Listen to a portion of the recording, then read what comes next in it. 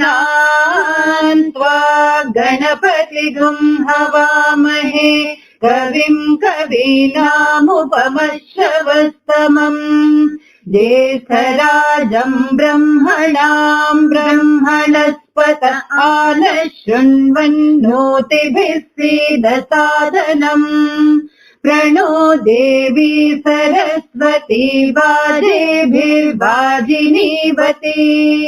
धीनामभित्रयवतु गणेशाय नमः सरस्वत्यै नमः श्रीगुरुभ्यो नमः हरिः ओम् पुरुषस्य विद्मसहस्राक्षस्य महादेवस्य धीमहि तन्नो रुद्रः प्रचोदयात् तत्पुरुषाय विद्महे महादेवाय धीमहि तन्नो रुद्रः प्रचोदयात् तत्पुरुषाय विद्महे वक्रतुण्डाय धीमहि तन्नो दन्तिः प्रचोदयात् तत्पुरुषाय विद्महे चक्रतुण्डाय धीमहि तन्नो नन्दिः प्रचोदयात् तत्पुरुषाय विद्महे महासेनाय धीमहि तन्नः षण्मुखः प्रचोदयात् तत्पुरुषाय विद्महे सुवर्णपक्षाय धीमहि तन्नो गरुडः प्रचोदयात् वेदात्मनाय विद्महे हिरण्यगर्भाय धीमहि तन्नो ब्रह्म प्रचोदयात् नारायणाय विद्महे वासुदेवाय धीमहि तन्नो विष्णु प्रचोदयात् वज्रनखाय विद्महे तीक्ष्णदग्गष्ट्राय धीमहि तन्नो नारसिंहः प्रचोदयात् भास्कराय विद्महे महद्युतिकराय धीमहि तन्नो आदित्यः प्रचोदयात् वैश्वानराय विद्महे लालीलाय धीमहि तन्नो अग्निः प्रचोदयात् कात्यायनाय विद्महे कन्याकुमारी धीमहि तन्नो दुर्गिः प्रचोदयात् महालक्ष्मी च विद्महे विष्णुपत्नी च धीमहि तन्नो लक्ष्मी प्रचोदयात् हंसाय विद्महे परमहंसाय धीमहि तन्नो हंस प्रचोदयात् ॐ साईश्वराय विद्महे सत्यदेवाय धीमहि तन्नः सर्वः प्रचोदयात् ॐ साई रामाय विद्महे आत्मारामाय धीमहि तन्नो बाबा प्रचोदयात् ॐ शान्ति शान्ति शान्तिः ॐ निधनपतये नमः निधनपदान्तिकाय नमः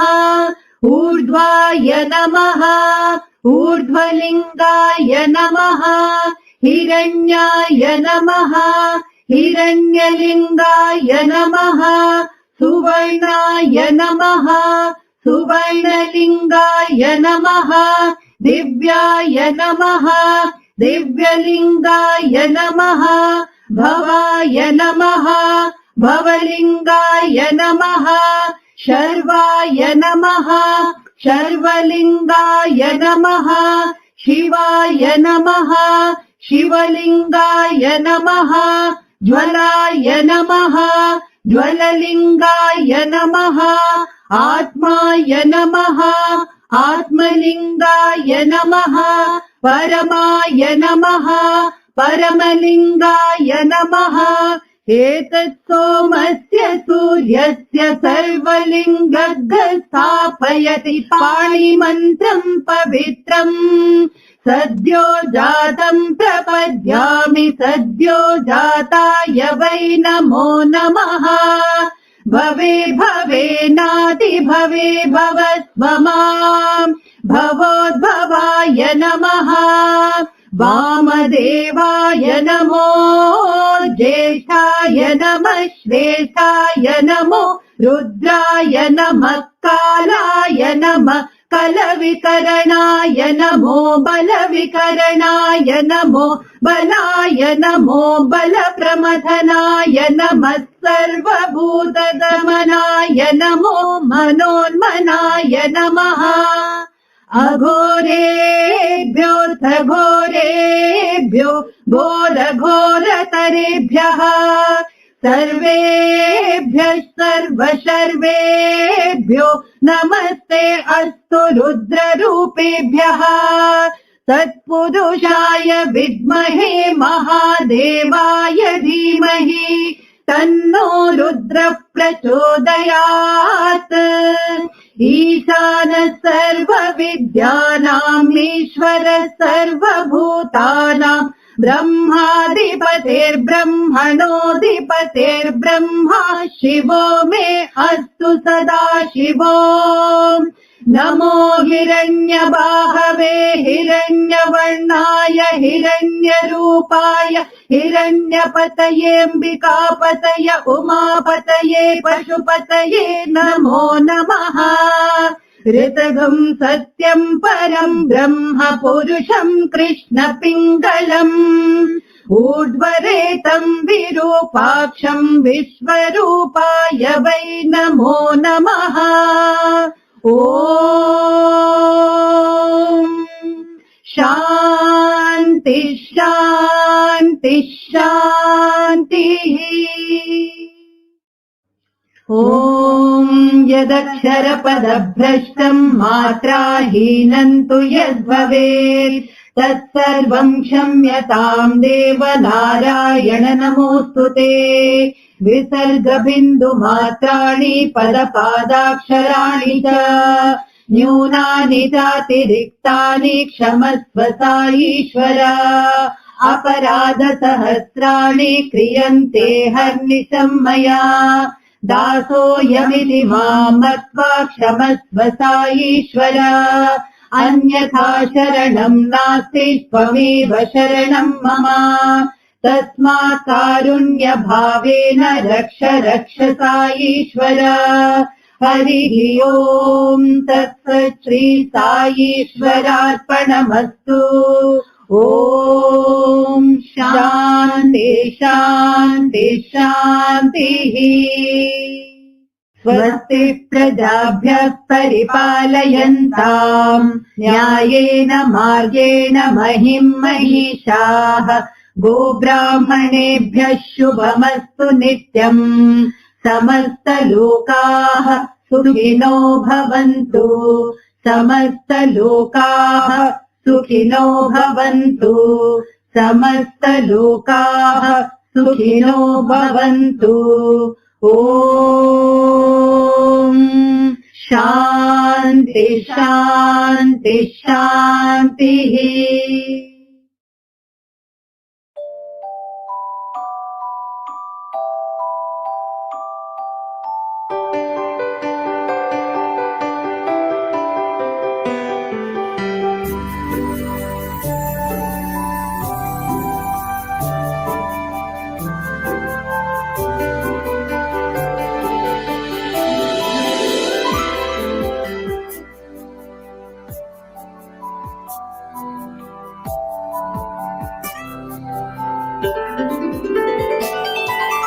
प्यासी धरती पे वो ओस की बूंद है, जिंदगी के हर दर्द में दवा की घूंट है। प्यासी धरती पे वो ओस की बूंद है, जिंदगी के हर दर्द में दवा की घूंट है। साई माँ, साई माँ, साई माँ, साई माँ। उलझे रस्तों में जो कभी भटके तो अंधियारों में वो दिया का नूर है। दिलों में हमारे वही प्यार तेरा, धड़कन बन गूंजता ये जरूर है। साई माँ, साई माँ, साई माँ, साई माँ।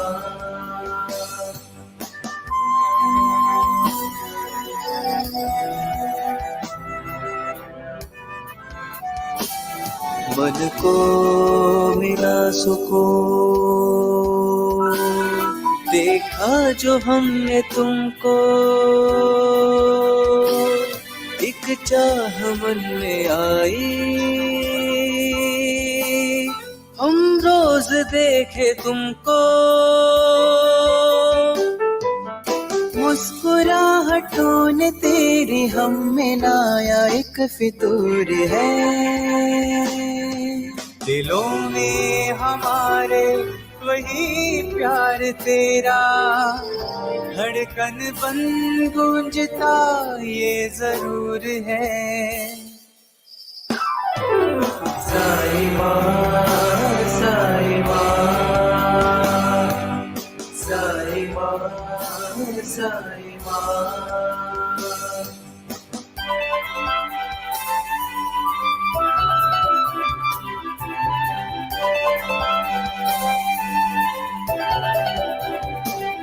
నీ మాటలకై వేచి ఉన్నాము, నీ వీక్షణకై మేము తపిస్తున్నాము। నీ మాటలకై వేచి ఉన్నాము, నీ వీక్షణకై మేము తపిస్తున్నాము। మా ఆలోచనలో, మా పలుకులలో, మా చేతలలో, మా శ్వాసలో,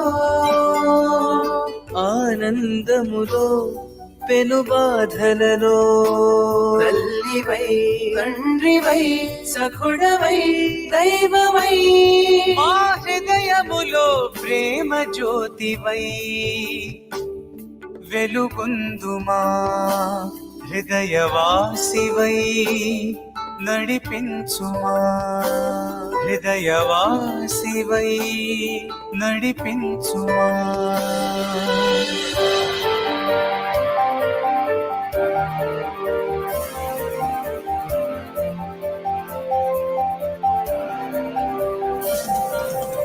रंग दी हमारी जिंदगी तेरे दर पे जो हम है आ गए, खुशियों की घटा है छा गई, तेरे प्यार की कली है खिल गई, खिल गई। दिलों में हमारे वही प्यार तेरा, धड़कन बन गूंजता ये जरूर है। साई माँ, आस है मिली जो आ गए हो तुम।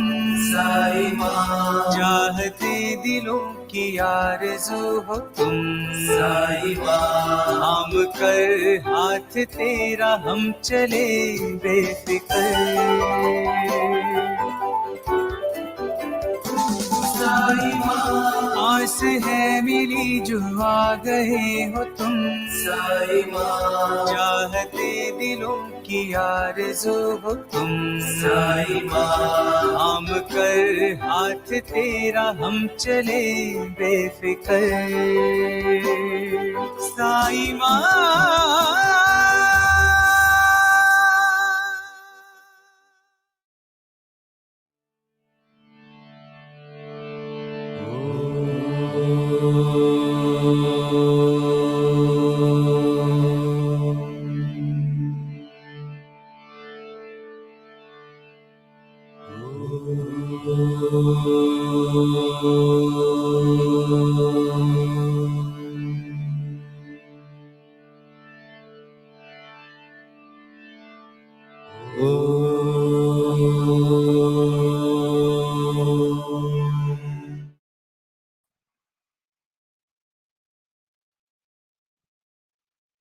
ओम श्री साई राम। भगवान बाबा के चरणों में कोटि कोटि प्रणाम और आप सबको प्यार भरा Sai Ram. On behalf of the Sri Sathya Sai Seva Organization, Delhi-NCR, and our state president, Sri Rakesh Kapoor ji, it's my pleasure to welcome you all to the 6th edition of In Tune with Sai.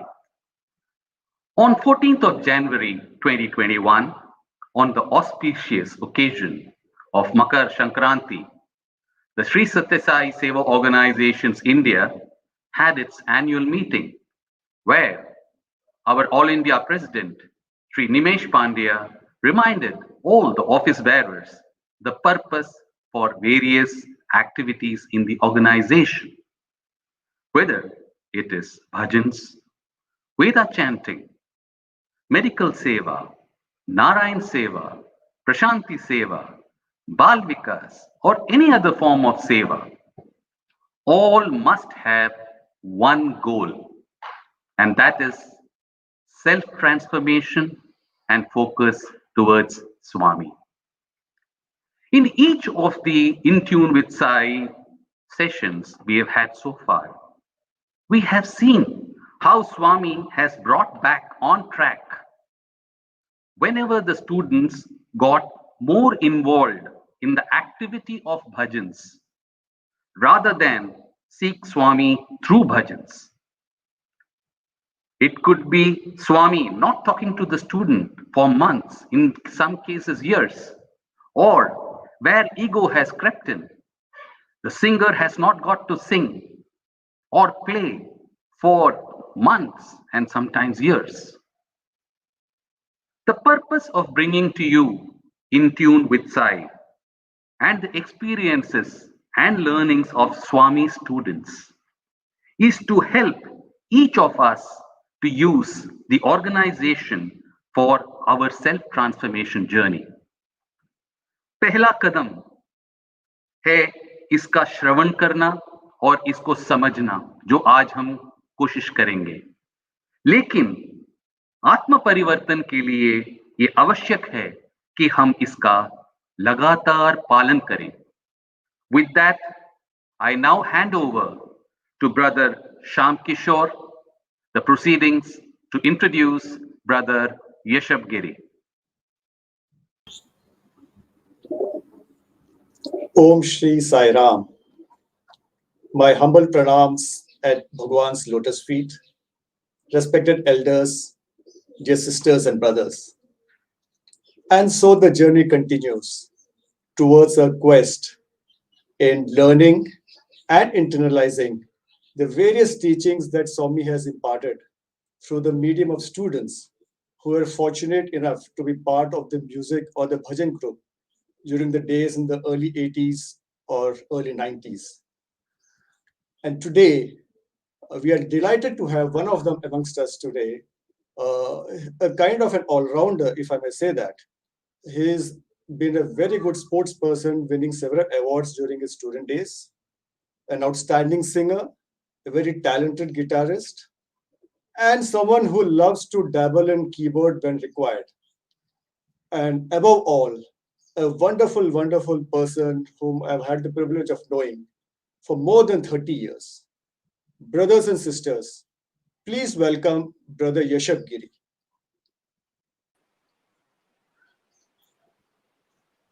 Sai Ram, Yeshab. Sai Ram. And thank you very much for joining us in this 6th edition of In Tune with Sai. Let me, going forward, let me briefly introduce Brother Yeshab to you all. Yeshab joined the Sri Sathya Sai Institute of Higher Learning, Brindavan campus in 1990, where he did chemistry honors, and then followed that up with M.B.A. in 1995. Today, Yeshab is a director in a company called Randstad, which is a multinational firm and amongst the largest HR consulting firms in the world. Going back, when Yeshab joined the Brindavan hostel, and we were in our final year undergraduation, the same hostel. And I remember someone coming and telling us that there's this young boy who's recently joined and who apparently sings very well. Why don't we add him into the music group?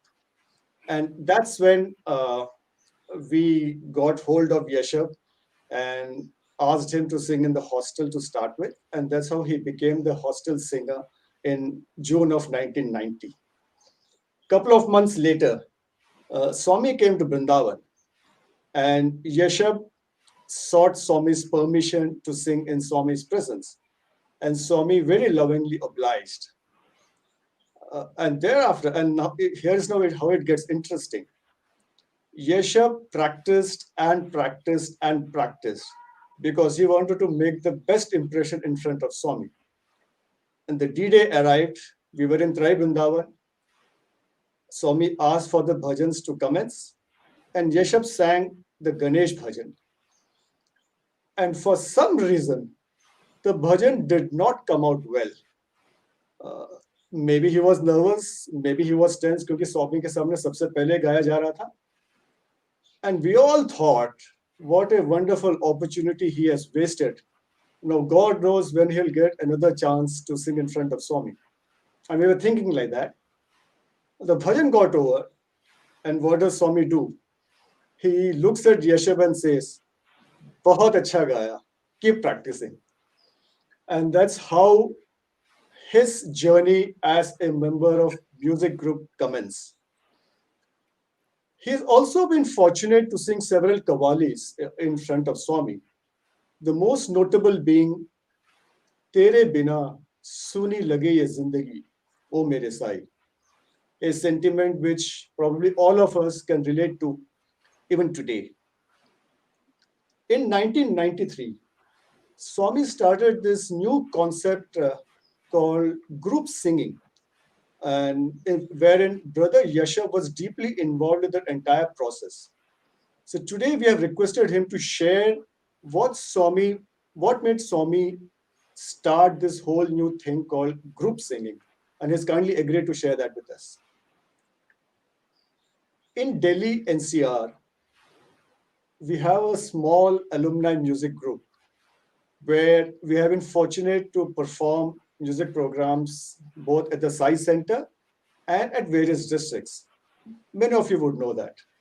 But not many of you would know that all these programs have been under the leadership and guidance of Brother Yeshab. In fact, he heads the alumni music group Delhi-NCR today. And that's the most important facet of his personality. Very silent, understated, yet completes all the work that is given to him and does not complain.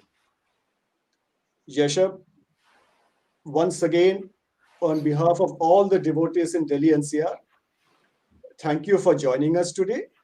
We are all eagerly waiting to hear you. Brothers and sisters, Yeshab Giri, Jai Sai Ram. Thank you, Brother Shyam. I do not really deserve much of the compliments you've given me in my introduction. Aum Sri Sai Ram, my loving salutations at the Lotus Feet of Swami, respected elders, dear brothers and sisters. I would like to start right in the beginning as to how a youngster in the east part of the country, in a hill station called Darjeeling, landed up in Swami's institution. My parents were devotees from the time I'm aware of. I am aware of a portrait of Swami that used to hang in our house. They believed in Swami.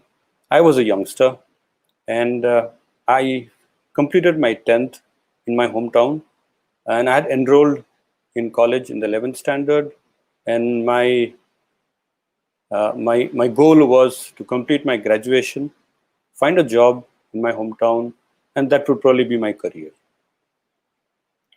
As fate would have it, this was the late 80s, and there was a political instability in the region.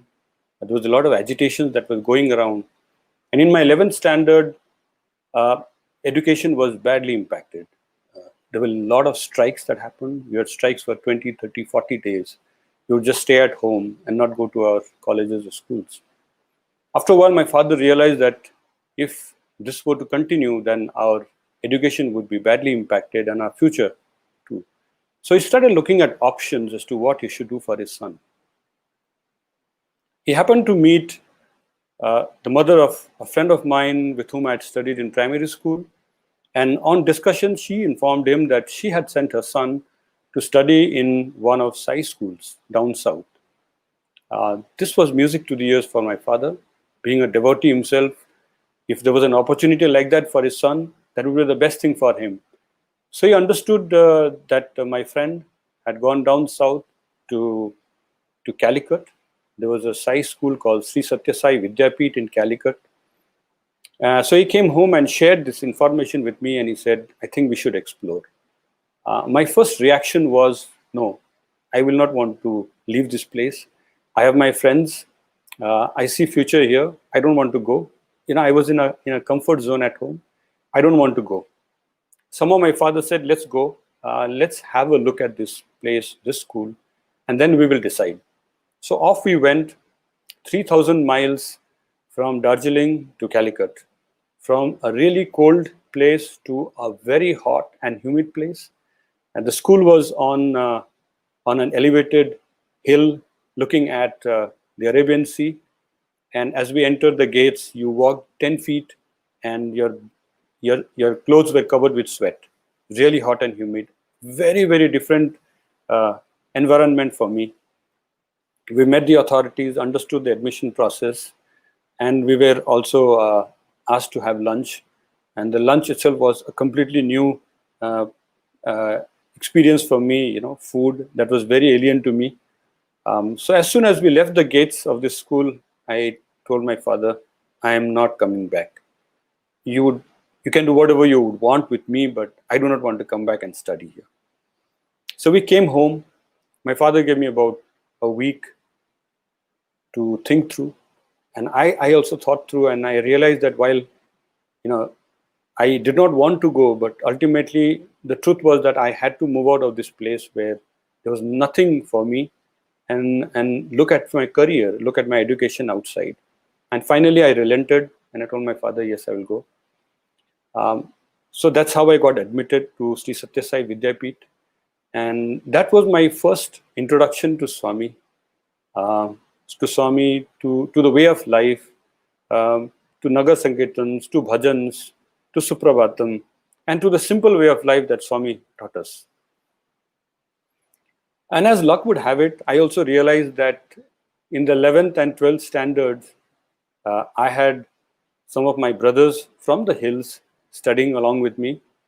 So they made my assimilation into Swami's fold much more easier to understand. And these brothers have become friends for life. I have been in touch with them all along for the last 30 years. And I'm sure some of them are tuned into this talk right now. So I learned, I was born up on Western music. And up to my 10th standard, all I did was sing English songs. So bhajans was new for me. But I loved music. So I took to bhajans. I learned from my seniors. And I started participating in bhajans and singing bhajans at the school. Onam came our way and we had holidays, so we traveled to Parthi. We were really excited. As a group, we had traveled to Parthi. And we were told that Swami would be giving a discourse on the day of Onam. We're really excited to hear him. And on the day of the Onam, he spoke for close to an hour in the mandir premises. And at the end of the discourse, he said, I have been speaking to you for an hour standing up to the crowd. And he said, I have just had a hip bone fracture. And I was actually advised by my doctors not to even get out of bed because the pain is so bad, it is not tolerable.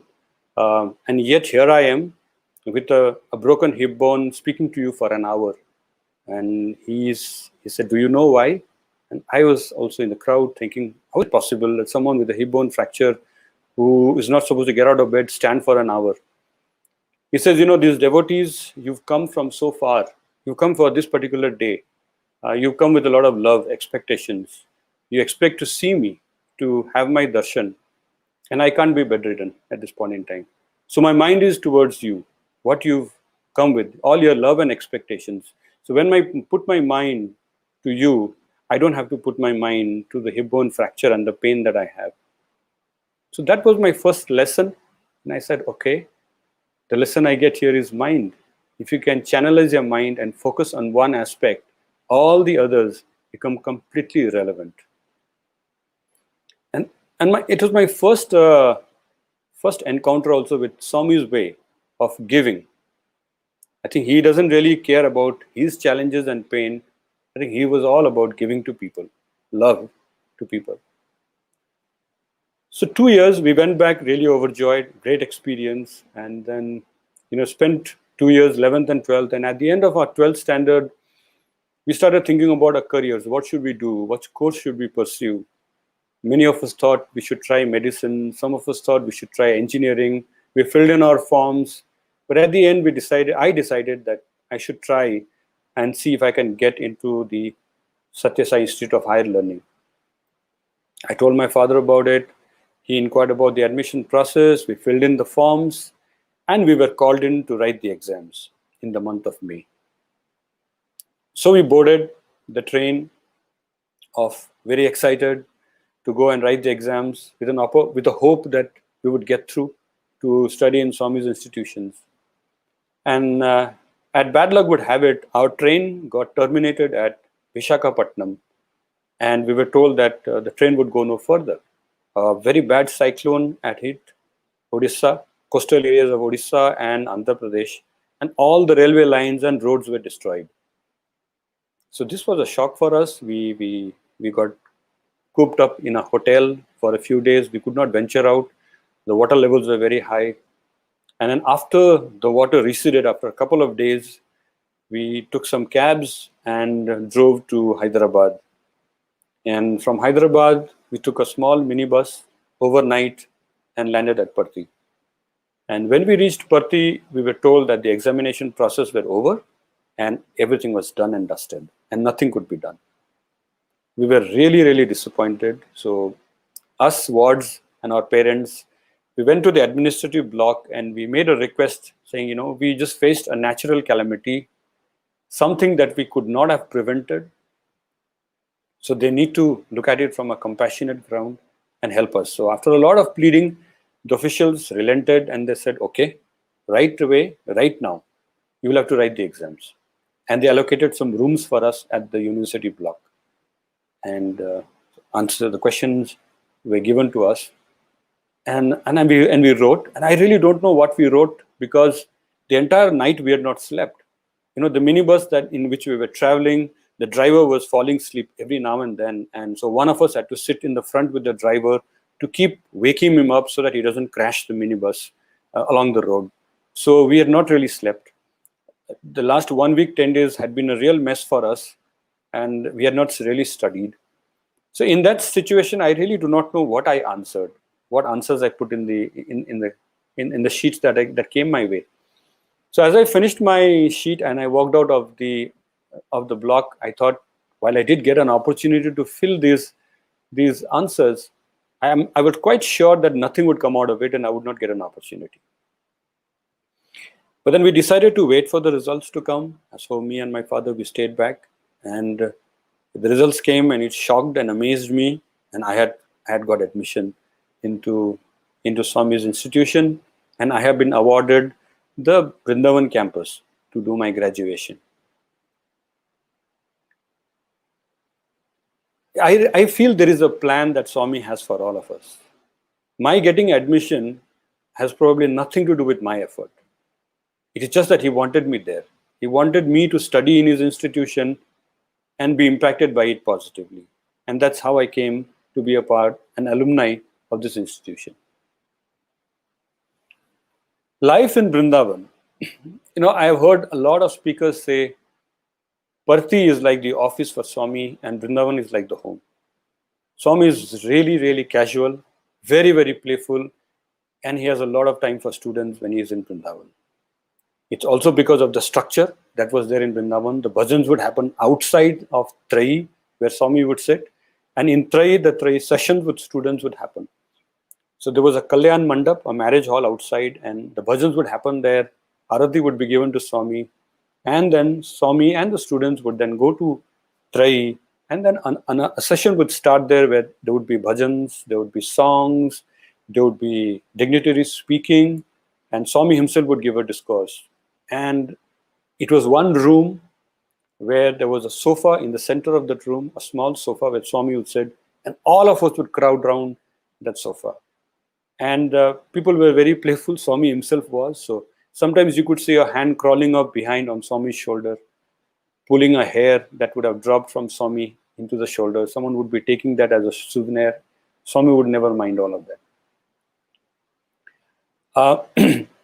So in one of these sessions, Swami would give a discourse, ended up with a bhajan that he generally does. So I was sitting right in the front, and Swami started his discourse. And as he was ending, he started this bhajan, Hari Bhajan Abhina Sukha Shanti Mein. And as he started the bhajan, in my mind, I felt that he had started off this bhajan at a very high scale. And I said, okay, if he started off at this scale now, by the time he comes to the highest note, he's going to struggle. And so I was worried. I was worried that he should not crack when he comes to that high notes. Soon enough, he came to that line which are the highest note. And as he was about to sing that line, he looked at me, he smiled, and effortlessly sang that line and completed the bhajan. Aarti was done. And then he calls the warden and he says, Warden, your boys still do not trust me. They doubt me at every instance. That was a lesson for me, that do not doubt him at any point in time. One very interesting episode from the Kalyan Mandap and Trai days. So after the Arati that used to happen at the Kalyan Mandap, which was a marriage hall, and then Swami would go to Trai and we would also go, Swami would actually get into the grass outside, and that would be the signal for people, for us students to go to Trai. And it was not about going to Trai, it was about literally sprinting to Trai. It was about sprinting because people who were the first would get to sit around that sofa. So people would sprint from the Kalyan Mandap to Trai, which is about maybe 50 to 75 meters, and really compete amongst ourselves as to who would be there. And Swami would really enjoy this. He saw the energy of people. He saw people were motivated to be around him, and he would really love and enjoy this drama that used to happen every day. One day it had rained. Trai was wet, and the steps leading to Trai has got flower pots on both sides. The whole area was wet. A similar sprint ensured, and as we ran across, people broke the flower pots. The mud came on the path. People stamped on the mud and walked into Trai full of mud. Trai was full of mud. Swami came in and looked at the carnage that he just witnessed, and he called the warden and said, Warden, look what your boys have done to my home. They've made it so dirty. You have a bunch of people who are very, very indisciplined. They have absolutely no love for me. And everyone was shocked. And in the evening, after the session, we were called to the dining hall by the warden, and we were rebuked like anything for being so unruly, for being so indisciplined. And we were warned that from tomorrow, you will go in one single file. No one will run, no one will speed up, everyone will walk calmly in one single file from Kalyan Mandap to Trai. And soon enough, Next day, Aarti happened. Swami walked out, walked into the grass, and in a very, very orderly fashion, in one single line, all of us walked to Trai. Very orderly. Everyone was happy. And we went on day 1, day 2, day 3, day 4. After a while, Swami became bored that this was too much of order that I'm witnessing. So the next day, the first line is about to start in an orderly fashion. As they come out, Swami gives an ishara, you can run. And then the commotion ensued and the whole order was thrown out of the window and we just ran to Trai because we wanted to sit around the sofa. During Brindavan, once again, this was around the time when the super specialty hospital was being built, had been inaugurated. And Swami was looking at students from the biosciences division that he could sponsor for medicine to do MBBS.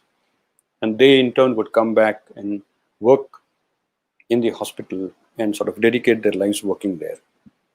So he was looking for students. So he was in Brindavan, and those of us from the bioscience batch, we were all grouped together because Swami would speak to us. So Swami came across and he looked at all of us and he saw me. He walked across to me and he asked me in Hindi, he says, "Maa baap kya bolta hai?" The background to the question was, if I sponsor you for medicine, if you become a doctor, and if you come to the super specialty hospital and you work there and you dedicate your life there, what will your parents say? Will they have any objections to this? Was the background to the question. But he simply asked me in Hindi, "Maa baap kya bolta hai?" And I looked him squarely in the eye and replied, "Maa baap Nepali bolta hai." And for a while, there was pin drop silence around me, and Swami just stared at me for a moment and just walked away. And then it hit me that, I'd probably given him an answer that he did not want.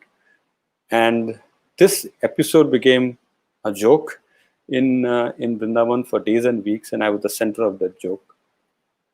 But maybe it was Swami's way of ensuring that I didn't say what should have been said that day, because maybe he knew that I was not a person to probably stay back and dedicate myself there at Puttaparthi. Maybe I had to do something else somewhere. Let us all now sing a bhajan, Daya Karo Sai Narayana. It is a bhajan that moves me every time I sing it or I hear it.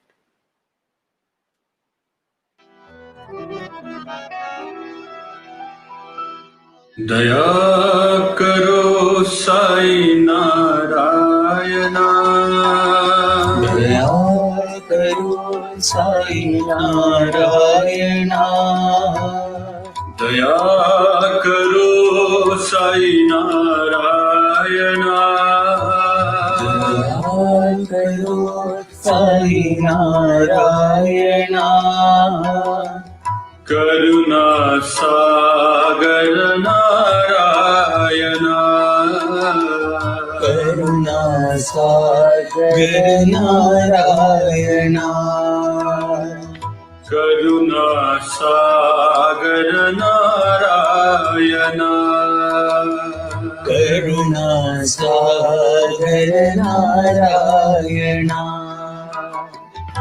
Pankaja Nayana Pannaga Shayana, Pankaja Nayana Pannaga Shayana, Pankaja Nayana Pannaga Shayana, Pankaja Nayana Pannaga Shayana, Sri Vasudeva Narayana, Sri Vasudeva Narayana,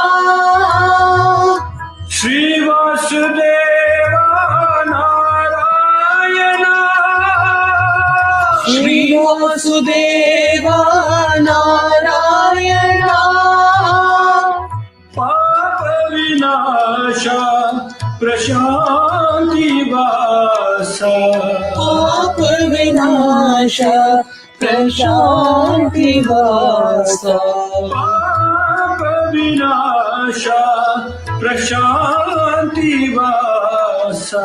Pap vinasha prashanti vasa.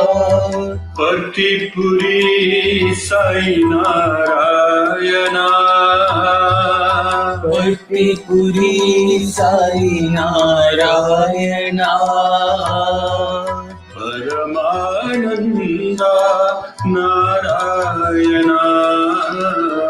Paramananda Narayana. Paramananda Narayana. Paramananda Narayana. Daya karo Sai Narayana. Daya karo Sai Narayana. Karuna Sagar Narayana. Karuna Sagar Narayana. Pankaja Nayana Pannaga Shayana. Pankaja Nayana Pannaga Shayana. Sri Vasudeva Narayana. Sri Vasudeva Narayana. Papa Vinasha Prashanti Vasa. Papa Vinasha Prashanti Vasa. Partipuri Sai Narayana. Partipuri Sai Narayana. Paramananda Narayana. Paramananda Narayana. Paramananda Narayana. Paramananda Narayana. Daya karo Sai Narayana.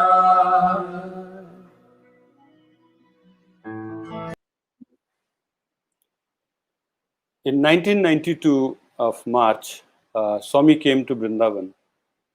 Generally, in the months of March, April and May, Swami is not in Parthi. He comes to Brindavan and then he goes to Kodaikanal for a month in the month of April. As Swami came in the first week of March, we welcomed Swami with a welcome song. And in the evening, we were so very excited to meet Swami and listen to Swami. So we were in Trai and Swami came, saw us all. And Swami spoke to us. And at the end, Swami told the boys, this is a month wherein your exams will be held now. And by the end of the month, exams will be over and you will be going back home to your parents. So it's very important that you look at your train and do your train tickets so that at the last moment you don't have challenges. Ensure that your tickets are done in advance because you need to be in time. You have to go in time and meet your parents and spend some quality time with them. And then he casually asked, so how many of you here have done your tickets, train tickets? So me, Brother Rajneesh and Brother Pai, three of us singers, we were seated right in front and very innocently we raised our hands and we have done our tickets. We are all set to go home. Swami looked at it, acknowledged. And in the evening, he called the warden aside and he said, these three singers, all they can think of is go home. They've already done their tickets. They have no interest in being with me. I had thought that I'll probably take them to Kodaikanal with me, but looks like they're not really interested. All they want to do is go home. So we get called again by the warden and we get rebuked again saying, why did you do this? Why did you book tickets? When there was an outside chance of you going to Kodaikanal, you should have been careful, all of this. And so he said, first things first, cancel your tickets. And tomorrow you will ask Swami for forgiveness and plead that he takes you to Kodaikanal. Okay, we cancelled our tickets. And next day, Brother Rajneesh, me and Brother Pai, we sat for darshan, hoping that Swami will come, will plead, and Swami will agree. So this was around the second week of March, and we sat down for darshan, and Swami came. He saw the three of us sitting, and he just avoided us and moved on. We thought, okay, maybe once he comes back, we will talk. No. We thought maybe the evening or the next day we'll get an opportunity. Swami avoided us for 2 weeks. And he avoided us in a way that he would come very near to where we were and take a big circle and go elsewhere. It came to a point that none of the brothers wanted to sit with us because they knew that if they sat near, around, beside us, Swami wouldn't be coming our way. So the month of March passed. Swami did not really listen to our pleas, and we did not go to Kodaikanal. Lessons learned. A year from that, 93 March, Swami comes to Brindavan once again, and this time we have not done our tickets, and we are very clear to Swami that we would want to accompany you. And in our minds and in our hearts, we made up that decision. We would want to accompany you. And Swami reciprocates that we are eager to be with him, and we get an opportunity to go to Kodaikanal. Kodaikanal is a very different experience. You are in one bungalow with Swami for 30 days. There is absolutely no external contact. Day in and day out, you are there with Swami. You get to see him at very, very close quarters. You hear a lot from him. You get to observe him. And I used to sleep just outside his door. I had this opportunity of sleeping just outside his door. So on the 14th of April that year, the festival of Vishu was there. And with every festival, we give him a music program. So we requested Swami that we wanted to give a music program. And Swami consented and he said yes. So we said, okay, how can we make it so interesting and impactful, this music program? So we decided, let's sing songs that has never been sung in languages that is unfamiliar to us. So we chose a Tamil song, a Malayalam song, and a Telugu song. And none of us knew that language. We informed Swami and we practiced really hard. We got brothers to tell us about the pronunciation and intonations of these languages so that we were more nearer to how it is to be sung. A lot of effort went in, and the D-Day arrived. Sai Shruti was really decorated well, and Swami asked us, are you guys ready? Everything is ready? We said, yes, Swami, we are all good to go. And then the music program started, and right from the first song, we realized that the mics were not functioning at all properly. Brother Pai, who was singing before me, could not be heard. And then when my turn came to sing, I sang, and midway Swami stopped the song and said, no one can hear a word of it. He told the person at the mic, please get this thing rectified before we can start. He tried to rectify it. I started the song again, but the sound quality was very poor, and the whole program went that way. Swami gave his discourse, the Aarti happened, and we went back to the bungalow. And then Swami came in and asked the guests, how was the program? And before they could reply, he said, nah, it was not good. The mics let them down. I know poor boys that practiced very hard, but let them down. In fact, and he had taken pride to actually tell a lot of guests that there are two Nepali boys singing a Tamil and a Malayali song, and there is one Maharashtrian boy singing a Telugu song. And then, the program didn't go well. So, he said, I was wanting to honor you guys because of the hard work you put in, but, the output does not justify that I should do something. We were all feeling really bad, really sad that we were not able to bring joy to Swami. Next day in the morning, we all came after breakfast. Swami came and sat, and there was a gentleman who was sitting beside Swami, and Swami asked me, you sang a bhajan, you sang a song yesterday? Why don't you sing a para of that song? So I sang the para once again, and he stopped me and he said, okay, you sing, to the gentleman who was sitting there. And the gentleman sang the same song slowly, so beautifully, so melodious. And then Swami said, he is the actual singer of this song, Malaysia Vasudevan. And he's singing it so sweet, so beautifully, so sweetly, because he understands the language. He knows what is there in those words. Again, he said the same. He said, how are you guys feeling? Are you all depressed? Because he looked at us and, our shoulders were drooping, and I think there was no happiness in our faces. He said, "Why are you guys so depressed?" We felt, and one of my brothers probably had not even had food because he felt very bad that we could not please Swami. So it stopped eating food. So Swami said, "Okay, now these are things going out of hand." I think he felt. So he said, "Okay, past is past. I will give you one more opportunity to set things right. You put up one more music program. Just ensure that you present it well." We were really overjoyed that Swami had given us one more chance. And this time we said, no more experimentation. This time we're going to just take simple songs that we are comfortable with, songs that we know, which is our language, practice hard. He also said that one of our brothers has to be at the mics to ensure that nothing goes wrong. The day came, we informed Swami that, Swami, we've really practiced hard. This time we'll ensure that things doesn't go out of hand.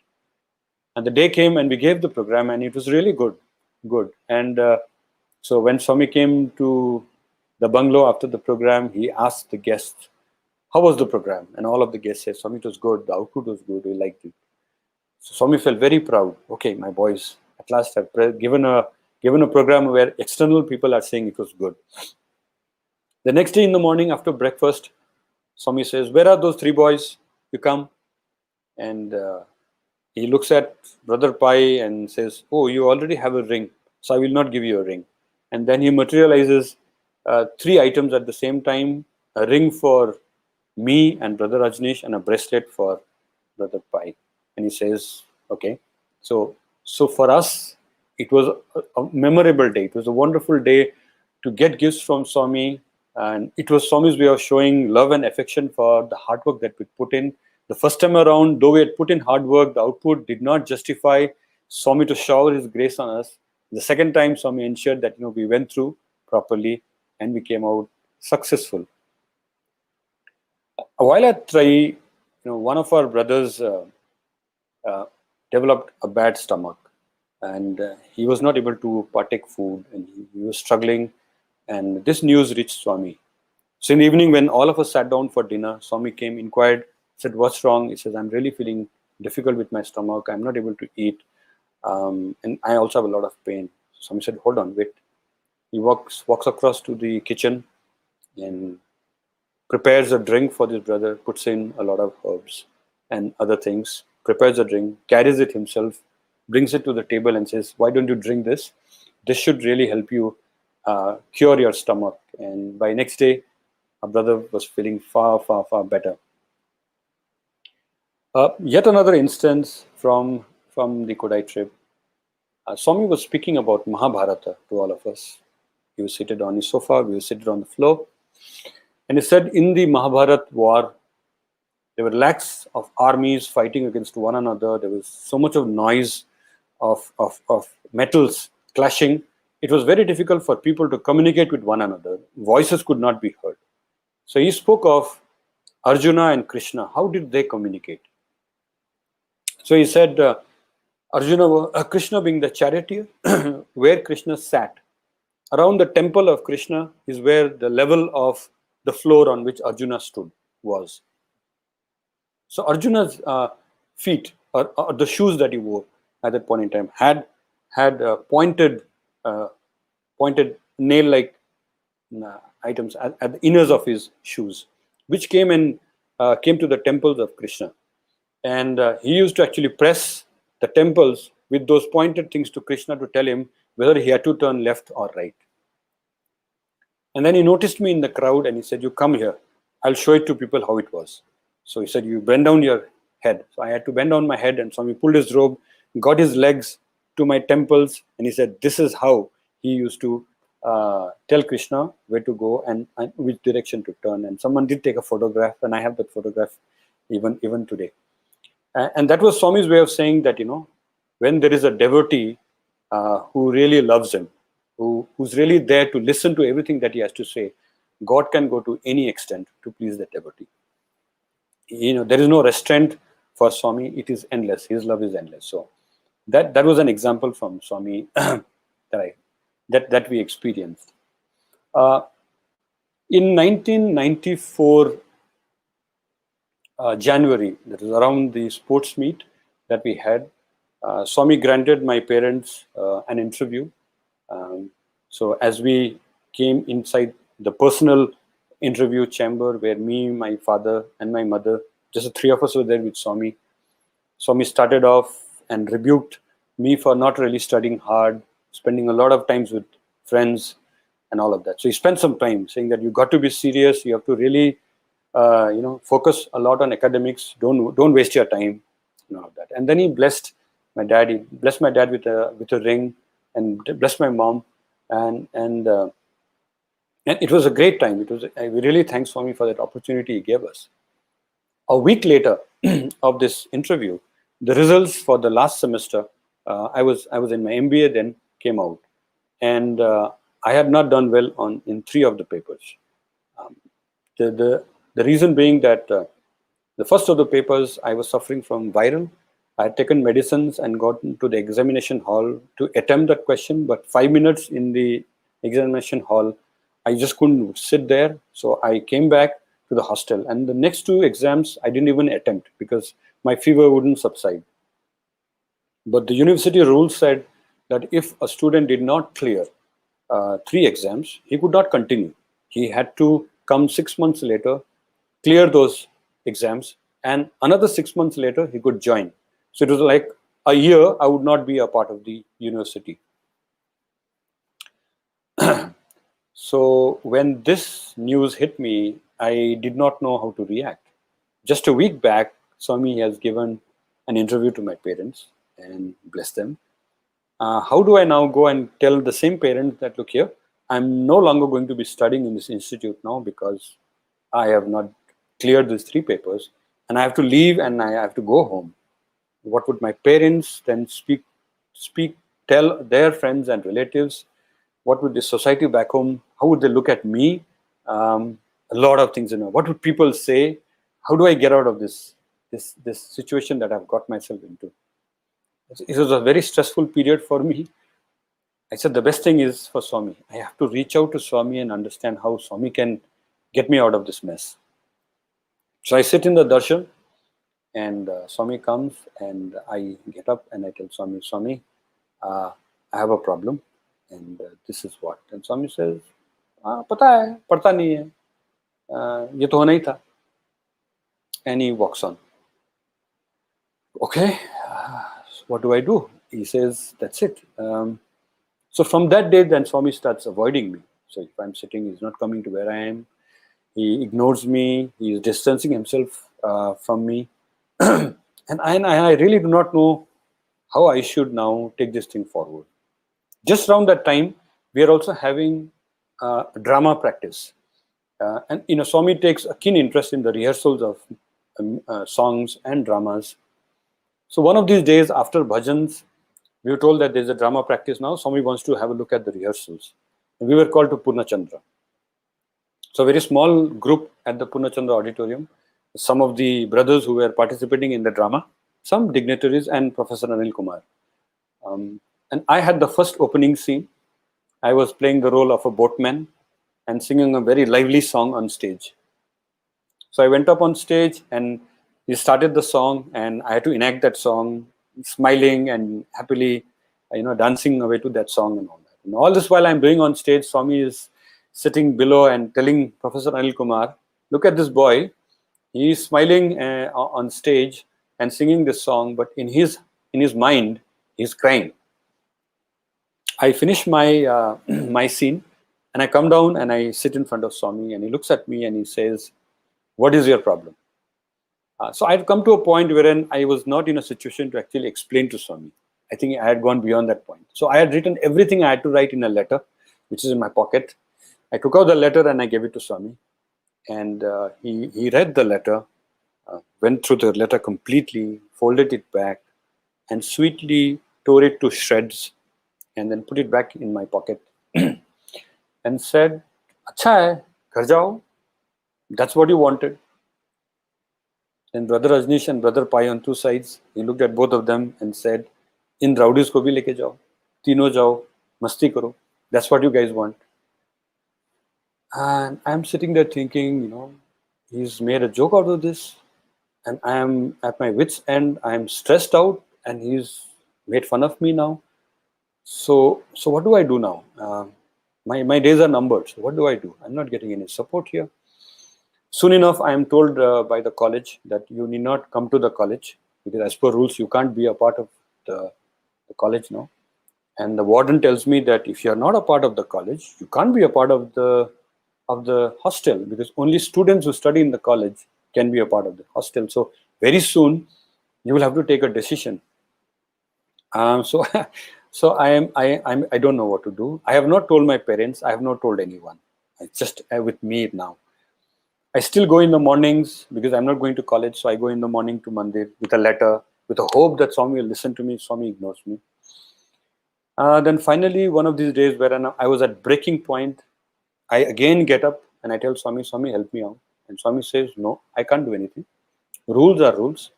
If you had fever, why did you go and attempt these exams? And and then we had Professor Sudhir Bhaskar, who was accompanying Swami.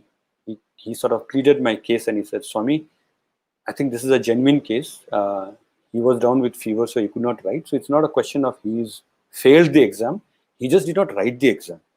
Swami looked at Sudhir Bhaskar and rebuked him for pleading my case. And he took a group of devotees for interview. That's when I thought, okay, this is the end. I have tried everything that I could. I think this is the end. I have to do something now. Maybe it's time. Maybe it's time to pack my bags and head home. So I was sitting there and the interview gets over. Swami comes out and walks across straight to me and says, okay, what's your problem? Tell me. So I once again explained, Swami, I had fever. I did not write. So it's not that I failed. I just did not attempt. So there is a technicality here, blah, blah, blah. And then Swami looks across to the Vice Chancellor, who is also sitting in the portico, and he calls him and he says, are you aware of his case? And the Vice Chancellor, sir, says, yes, Swami, I'm aware. He has not attempted 3 questions, and so we cannot continue. Swami says, now Swami is pleading my case. Swami says, but he says he had fever, so it's not that he wrote. He did not attempt. So should we not be compassionate? The Vice Chancellor says, no, Swami, these are rules, university rules. As per rules, he cannot continue. He can come next year and continue after he's written these 3 papers. Swami still is pleading my case. He says, no, but I think we should think over it. Do one thing. He looks at me and says, go to the administrative block tomorrow and explain to him and sort it out. And I'm relieved. Okay, at least there is some solution that Swami has given me. I'm really relieved. And the next day, I go to the administrative block full of trepidation and anxiety as to what would come out of it. And I have the Chancellor, sir, the Registrar, sir, and the Control of Exams, sir. All the 3 of them in one room. And they listened to me and they said, see, Swami did send you to speak to us, but we need to be very clear on the university rules. You cannot continue. There is no way this rule allows you to continue. You can come next year. We are not asking you to not study here. You can study here, but you could come next year and do it. And all I said was, Swami has told me that there is a way. Swami has asked you to be compassionate. Swami said that if there is a way, we should find a way. Please help me. I do not want to go. I don't want to leave this place. I want to study here. Help me out. After 30 minutes of pleading, the 3 of them finally agreed and said, okay, you can continue. I was really relieved that I had been granted an opportunity to continue. I never wanted to leave in any way. I came back to the mandir that day. I was sitting inside the bhajan mandir, really, really thankful to Swami for all that had happened. And Swami walks in after the interview. He spots me and he comes and says, Kya hua? What happened? And I say, Swami, I went, I pleaded my case. They listened to me. And finally, they've agreed. They've allowed me to continue.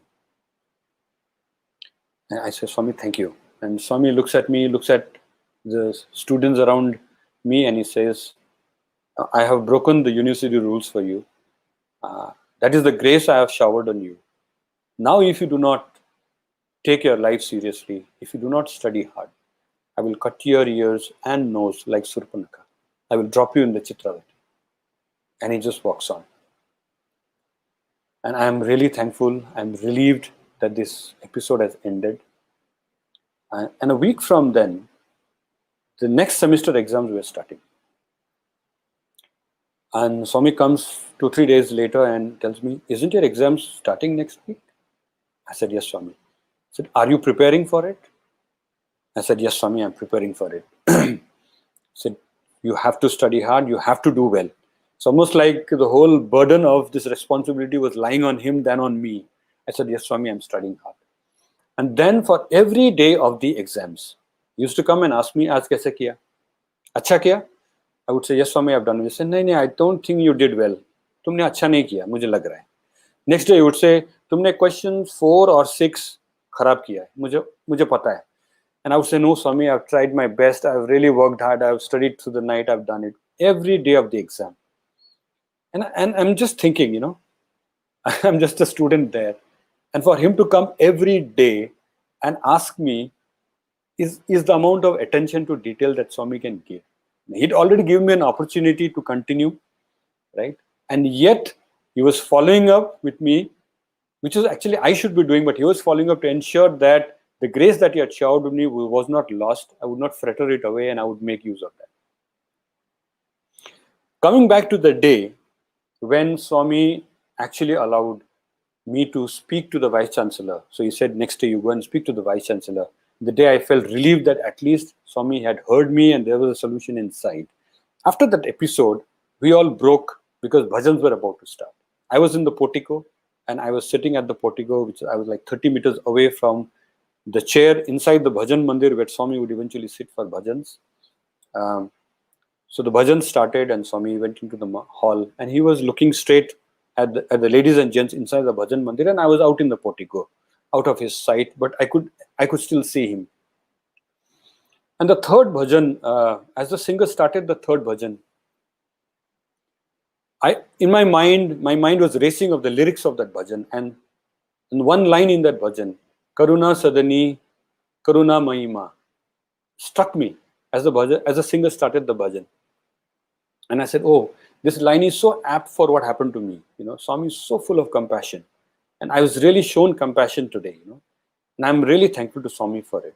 So, in my mind, I'm really looking at that line and saying, this bhajan and this line is so appropriate for what happened to me today. And just as the singer comes to that particular line, Swami, who is looking straight to the devotees inside the mandir, turns diagonal and looks at me right across 30 feet away in the portico, meets my gaze as if to say, "Yes, I am the compassionate one."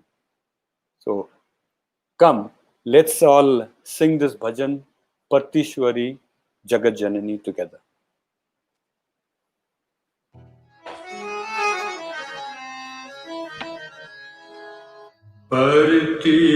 Partishwari Jagat Janani, Partishwari Jagat Janani, Partishwari Jagat Janani, Partishwari Jagat Janani.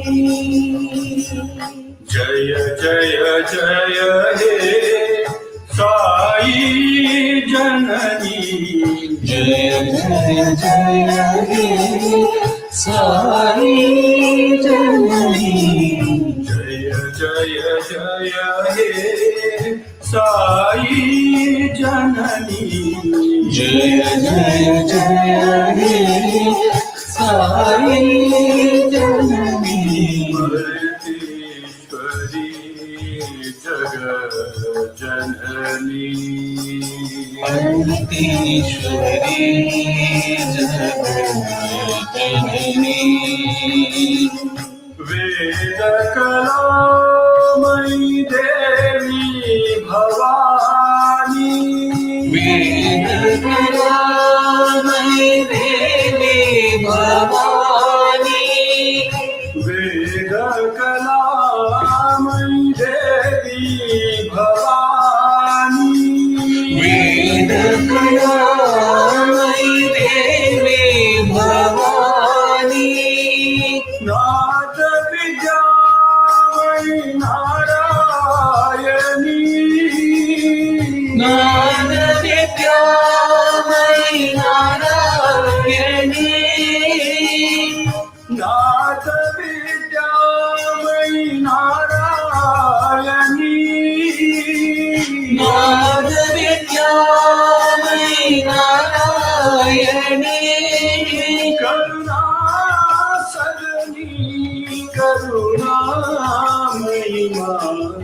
करुणा सदनी करुणामयी माँ करुणा सदनी करुणामयी माँ करुणा सदनी करुणामयी माँ शरणं शरणं साई माँ शरणं शरणं साई माँ जय जय जय हे साई जननी जय जय जय हे साई जननी जय जय जय हे साई जननी जय जय जय हे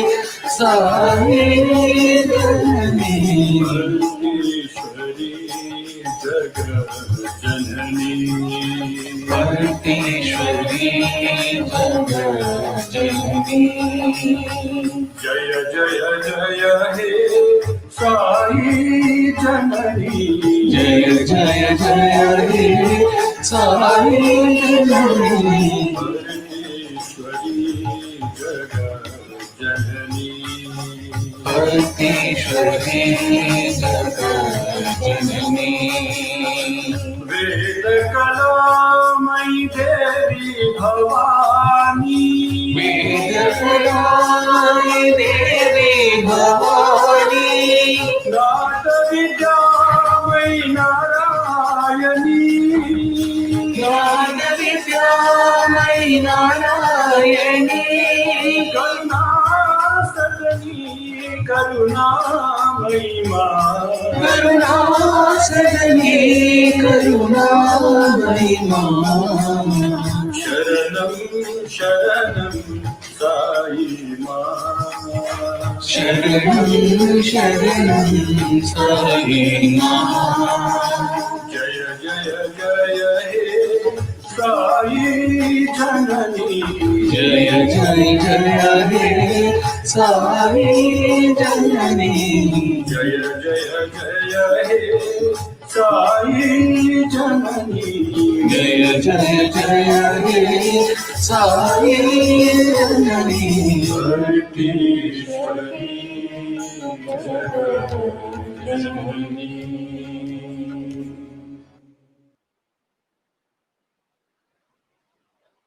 After 5 glorious years in Swami's institution, come 1995, it was time to decide our careers. Many of my batchmates in M.B.A were very sure what they wanted to do, or what path they wanted to take. Some of us, like me, we weren't very sure what I wanted to do, and I thought I will look to Swami for direction. I'll see what Swami wants of me. Should I stay here and serve him? Should I go out and do service? So I was in Puttaparthi waiting for Swami's instruction. It had been 2 to 3 months that I was there in Puttaparthi, hanging around waiting for Swami to give me directions. And Swami wasn't saying a word. He wasn't speaking to me. He had ignored me. And I was not very clear what I should be doing. In the month of in the July of 1995, I was in the mandir, Bhajan Mandir one day, and after some interviews, Swami walks into the Bhajan Mandir and looks at me and he says, "Abhi tak nahi gaya." Before I could answer, he says, "Acha, function ke baad jayega kya?" And then I say, "Yes, Swami, I will go." And he walks off. And I'm like, okay, maybe this is the signal. Swami is saying, "Abhi tak kyun nahi gaya? Bhi function ke baad jane ka." So Guru Purnima was just coming around the corner. I said, okay, maybe this is the signal that Swami is giving me, that I think it's high time you go. There is nothing for you here. I said, okay, now I need to search for a job. I said, okay, I should start looking out for a job now. And just then I came to know that there was a gentleman from Indore who was looking for people to hire for his company.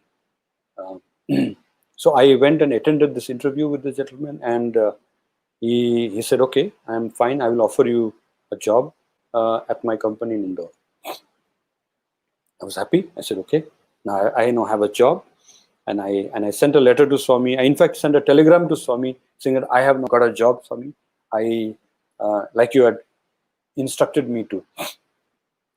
So I was again sitting in the Bhajan Mandir one of these days. Swami walks in and he says, "Kya update hai? Kya hua?" And I get up and I say, Swami, I've got a job. He said, Acha, good. Pad namaskar le lo. So I said, "Kahan pe hai job?" I said, Swami, it is in Indore. I've got a job. Acha, good, good. Kitna salary de raha hai? I said, Swami, 5,000 rupees. Haan, salary does not really matter to you. Abhi salary important nahi. Abhi you have to work hard. You have to prove yourself. Salary is not important.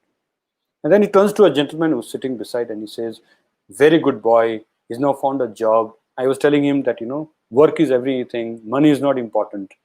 And that gentleman happened to be the gentleman who had offered me the job. So he looks at Swami and says, yes, Swami, I've offered him the job. He's joining me in Indore. Swami says, Acha, good, good, good. He's a very good boy.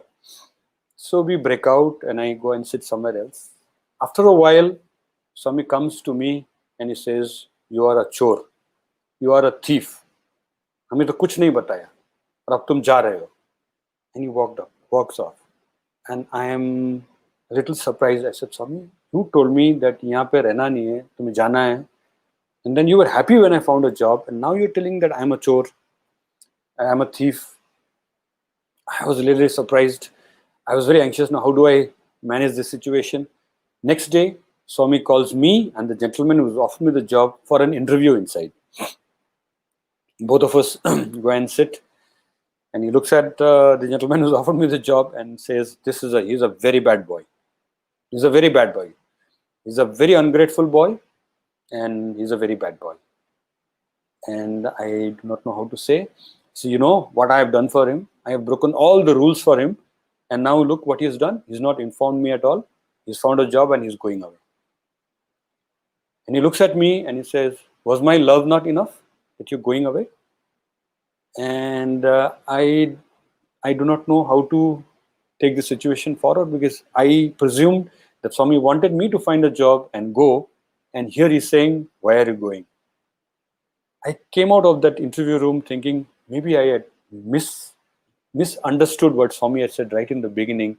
I should not have gone searching for a job. Maybe it's time for me to go back to this gentleman and say, I don't want a job and stay back here in Parthi. I'm thinking that, and the next day Swami comes and tells me, Kab jata hai? And before I could say, he says, 27 ko jao. Main tumse milunga usse pehle. Again, a conflicting signal. Okay, jao. Should I stay? Should I go? On the 26th, Swami calls a group of devotees for interview. A group of Russians are also there. And he calls me also inside. I know Swami is upset with me. So as I enter the interview room in the mandir, I sit right at the back by the door, not wanting to go forward because I know he's upset. And he speaks to them for some time. After a while, his gaze falls on me and he says, what do you want? And I look up to him and I said, you Swami, I want you.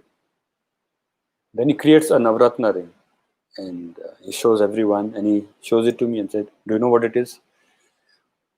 I said, yes, Swami, that's a Navratna ring. And the moment I see the Navratna ring, in my mind, I'm saying to Swami, in my mind, Swami, if you are planning to give me this Navratna ring, do not give me. I already have a ring from you. This Navratna ring is mostly worn by VIPs who sit in the portico. I'm not a VIP. I have not reached that level. Please don't give me. In my mind. After a while, he smiles at me and tells the group there that this boy does not want this ring. And the ring disappears. Swami takes me to the personal interview room. I thank Swami for all that he has done for me. Swami promises to take care of my family, my father, my mother, my brother. He gives me Pad Namaskar. And we come out into the main room where the group is still sitting. And I'm a little ahead now. Swami then asks me, what do you want? Do you want Navratna or do you want Sai Baba? And now I know, is it a trick question? I don't know. So I say, Swami, whatever you desire. both is you. Again, he asked me, what do you want? Navratna, Sai Baba. I said, Swami, anything. Both is you. Then he creates a silver ring with a golden emboss of Swami and applies it on my finger and gives me Pad Namaskar. And then the group, we all come out of the interview room, and the bhajans have already started. So I can't really go back and sit in my place where I generally sit for bhajans. So I sit just by the door of the mandir, where I can just see the interview room door as well, just there. And Swami is not on his chair. Swami is walking around trying to close some things. I'm there singing bhajans, and I see Swami go inside the interview room once again. He comes out and he motions to me to come to him. So while the bhajan is going on, I get up and I go to him, and he's got a packet in his hand, and then he shows it to me. That it's an envelope, and in that envelope inside there are 2 500 rupees notes, and he says, "This is your travel fare to Indore. I'm sure you don't have money." And then he gives a packet of vibhuti and said, "Now you go." And I am thinking, why does he have to do so much for me? Who am I? I'm a nobody here. And why is Swami allocating so much of time for me? What is it that he has in mind for me? You know? So I go to Indore, I join the job, and my first salary I get, 5,000 rupees. I make a DD, I address it to Swami, and write a wrong letter, saying, "Swami, you've done so much for me, and this is my small contribution to what you've done for me all my life."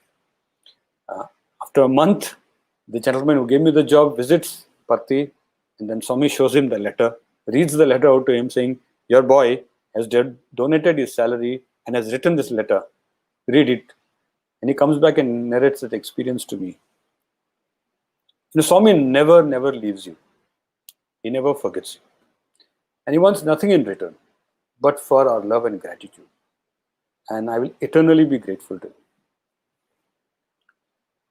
When I joined the institute in 1990, on the very first day of my joining, the summer course had started on Indian culture and spirituality. And we were all called to Trai and said that Swami is distributing something, so you should be there. So all of us stood in a file, sat in a file, and I was right at the end near where the birds are kept. I was there. I was the last guy in that line. Swami came. There were people behind Swami following. There were some books and notebooks that were being distributed because we had to take notes in the course because there were exams that would be held, and Swami was the invigilator, in fact. Swami comes right at the end of the line, stands in front of me and asks me, "Where have you come from, boy?" And I look at him and I say, "From Darjeeling, Swami." 1990. 1995, July, as I'm about to leave, Swami comes and says, "Kab jata hai?" As in, when are you going? I want to change the when and bring in where. Where are you going? So 1990, when I enter, Swami asks me, "Where have you come from?" And 1995, when I'm leaving, Swami asks me, "Where are you going?" And for me, I think these are the two most important questions in our life. Where have we come from and where are we going? And all our efforts have to be to find the answer to these two questions. And finally, coming to an end, Brother Shyam referred to group bhajans, group songs. This was in the year 1993. Swami was really upset with us at Puttaparthi, and he was not talking to us. He had gone to Brindavan, and he was not communicating with us. We were feeling very, very low, forlorn, desperate. We somehow wanted to get Swami's attention and love. And soon news came that Swami would be coming back to Parthi. And we felt, how do we get his attention and his love? And we realized that individually we could not be able to do anything, but as a group we had that power. We could show Swami how we felt for him. And that's when the first group song, Humko Tumse Pyar Kitna, was composed and rendered to Swami, and that opened the floodgates. And Swami opened up to us, and the whole process of group songs started henceforth. A lot of beautiful songs were composed. One of the songs that I had the privilege of putting a tune to it along with Brother Nagaraj, is O Sai Ma, a very, very simple tune, but one that tugs at your heart. But before I sing it to you, I want to take this opportunity to thank the Sri Sathya Sai Seva organization for giving me this wonderful opportunity to share my experiences with Swami. Let's all together enjoy this song.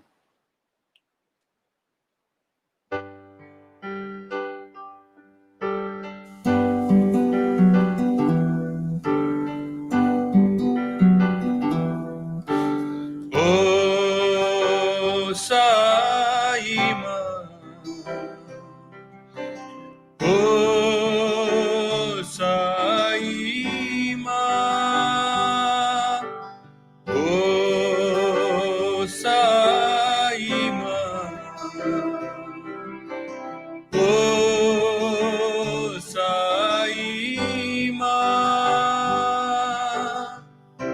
हम बच्चों की प्यारी माँ, हम बच्चों की प्यारी माँ, प्यारी माँ साई माँ, प्यारी माँ साई माँ, प्यारी माँ साई माँ, प्यारी माँ साई माँ। ओ साई माँ, ओ साई माँ, ओ साई माँ, ओ साई माँ।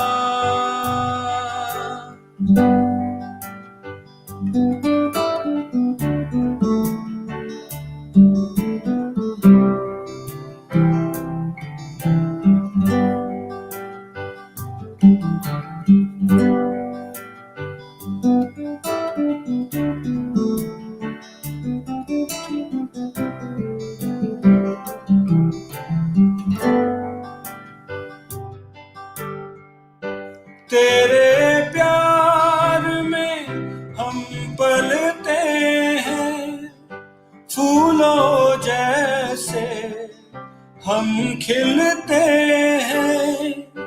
तेरे प्यार में हम पलते हैं, फूलों जैसे हम खिलते हैं। जब भी माँ तेरी याद सताए, रो रो के ये दिल बस गाए। ओ साई माँ, ओ साई माँ, ओ साई माँ, ओ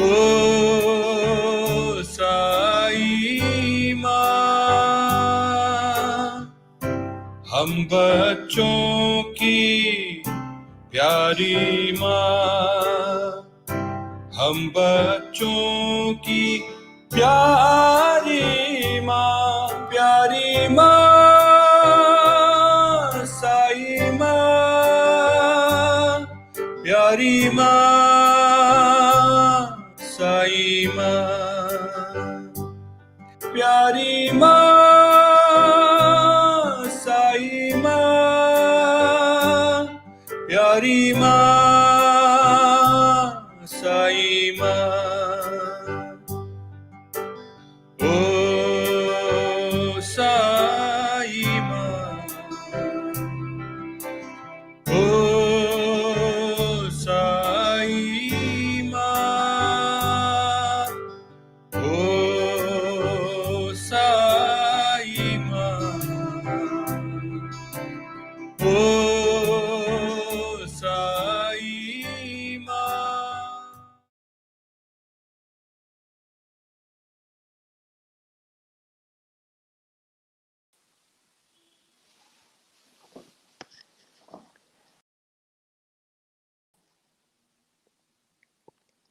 Humble pranams at Swami's Lotus Feet. And very loving Sai Ram to all our brothers and sisters. Satsangatve nissangatvam. Nissangatve nirmohatvam. Nirmohatve nishchalatatvam. Nishchalatatve जीवन श्री आदि शंकराचार्य की इन पंक्तियों में बहुत स्पष्ट है कि सत्संग से किस तरह हम जीवन मुक्ति तक पहुंच सकते हैं. एंड स्पेशली जब वो सत्संग स्वामी के चुने हुए बच्चों द्वारा हो, जो उनकी छत्र छाया में पले बड़े. A satsang by students who have been nurtured, who have been cared and tutored by the Lord Almighty Himself, by our Sai Satguru Himself. What more can we ask for? Brother Yeshab, all I will say is that listening to all your beautiful, beautiful experiences with Bhagwan, we were all taken to Puttaparthi, and as though we all had divine darshans of Bhagwan, and now we are back here. And we feel that bliss, that joy, and we feel Bhagwan all around us. And you mentioned the Mahabharata, Sri Krishna, Arjuna, and that moment when you were connecting to the lines of that beautiful bhajan and Swami directly gazed at you. तो मेरे मन में एक द्रौपदी और श्री कृष्ण का भी प्रसंग उमड़ के आ रहा है. जब द्रौपदी कृष्ण से कहती है कि मैं आपको पुकारती रही, आप इतनी देर से आए मेरी रक्षा करने. तो Shri Krishna smiles and says कि कभी तुम मुझे मथुरा से बुला रही हो, मथुरा नाथ, कभी वृंदावन वासी वृंदावन से बुला रही हो, लेकिन जिस पल तुमने मुझे हृदय से बुलाया, हृदय, मेरे हृदय वासी, मैं उसी क्षण उपस्थित हो गया. So Swami is telling us, the message for us through you today again is that मैं हूँ एक साक्षी, तुम्हारे हर शब्द का, हर सोच का, हर कर्म का मैं ही हूँ एक साक्षी. And I'm always with you, in you, around you. I know every deep thought of yours. Whether you may know or not, I am there, your mother, your father. कई बार, we get so lost in this world. We don't care about our spiritual journey, but our Sai Ma is so loving. He is more bothered about our progress and our onward journey than we ourselves are. And it was such a beautiful message that Bhagwan sent through you to us today, that yes, He is here, and that reassurance that we need time and again, but we do. Thank you so very much for such a wonderful satsang session. And there's so much of positivity and bliss at this moment. I'm sure all of us are really in bliss.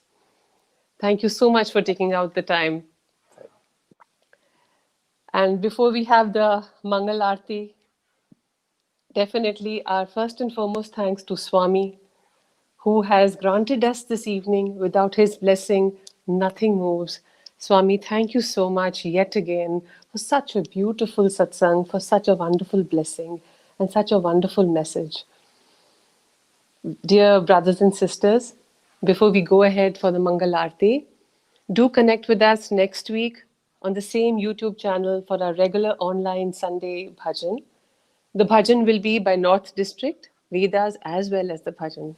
Till then, stay inspired, stay blessed. Jai Sai Ram.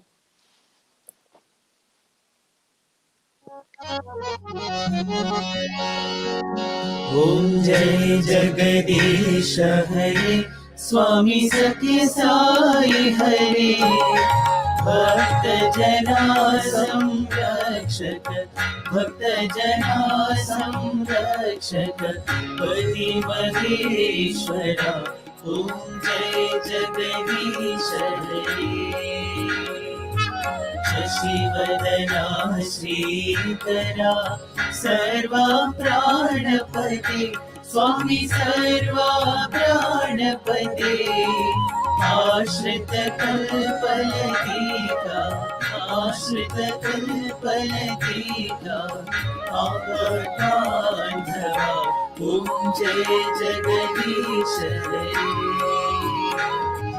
माता-पिता गुरुदैवमु मरि अन्तयु नीवे स्वामी मरि अन्तयु नीवे नाथ ब्रह्म जगन्नाथ नाथ ब्रह्म जगन्नाथ नागेन्द्रशयन ॐ जय जगदीश हरे ओंकार रूप ओजस्वी हो साई महादेवा सत्य साई महादेवा मंगल आरती अंधुको मंगल आरती अंधुको मंगल गिरिधारी ओम जय जगदीश हरे नारायण नारायण ओम सत्य नारायण नारायण नारायण ओम नारायण नारायण ओम सत्य नारायण नारायण ओम सत्य नारायण नारायण ओम जय सद्गुरुदेवा नारायण नारायण ओम सत्य नारायण नारायण नारायण ओम नारायण नारायण ओम सत्य नारायण नारायण ओम सत्य नारायण नारायण ओम जय सद्गुरुदेवा नारायण नारायण ओम सत्य नारायण नारायण नारायण ओम नारायण नारायण ओम सत्य नारायण नारायण ओम सत्य नारायण नारायण ओम जय सद्गुरुदेवा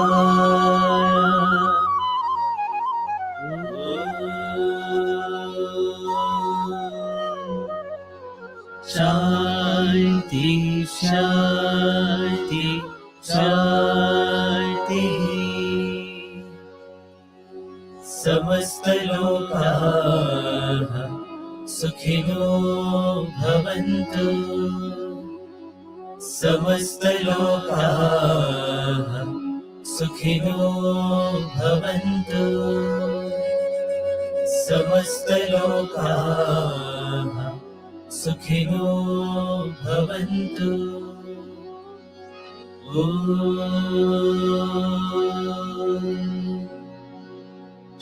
शांति शांति शांति। जय बोलो भगवान श्री सत्य साई बाबा जी की जय। परमं पवित्रं बाबा विभूतिं परमं विचित्रं लीला विभूतिं परमार्थइष्टार्थमोक्षप्रदानं बाबा विभूतिं इदमाश्रयामि परमं पवित्रं बाबा विभूतिं परमं विचित्रं लीला विभूतिं परमार्थइष्टार्थमोक्षप्रदानं बाबा विभूतिं इदमाश्रयामि परमं पवित्रं बाबा विभूतिं परमं विचित्रं लीला विभूतिं परमार्थइष्टार्थमोक्षप्रदानं बाबा विभूतिं इदमाश्रयामि।